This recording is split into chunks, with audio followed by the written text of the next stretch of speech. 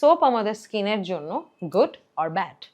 First of all, generally আমরা count করে নেই সোপটা না ইউজ করাই বেশি বেটার, কারণ সোপের মধ্যে কিছু ইনগ্রিডিয়েন্টস থাকে যেটা আমাদের স্কিনের পিএইচ লেভেলকে ড্রাই করে ফেলে, এবং কিছু কিছু সোপের ক্ষেত্রে কিন্তু যেটাকে আমরা ক্ষার বলে থাকি সেটা অনেক বেশি মাত্রায় থাকে, যার কারণে যাদের সেন্সিটিভ স্কিন কিংবা ড্রাই স্কিন তাদের স্কিন আরও বেশি ড্রাই হয়, ড্যামেজ হয়।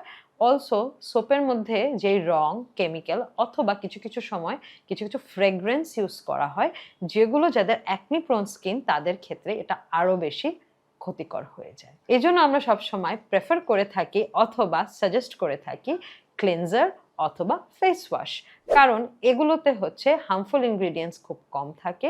আর সোপের ক্ষেত্রে হচ্ছে যদি ইউজ করতেই হয় সেই ক্ষেত্রে সাজেস্ট করব অ্যাভোকাডো, শিয়া বাটার অথবা এই ধরনের এসেনশিয়াল অয়েল বেস যেসব সোপগুলো হয় সেগুলো ব্যবহার করতে পারেন। এমন আরও টিপস অ্যান্ড ট্রিক্স পেতে ফলো করতে হবে এলিগেন্সকে।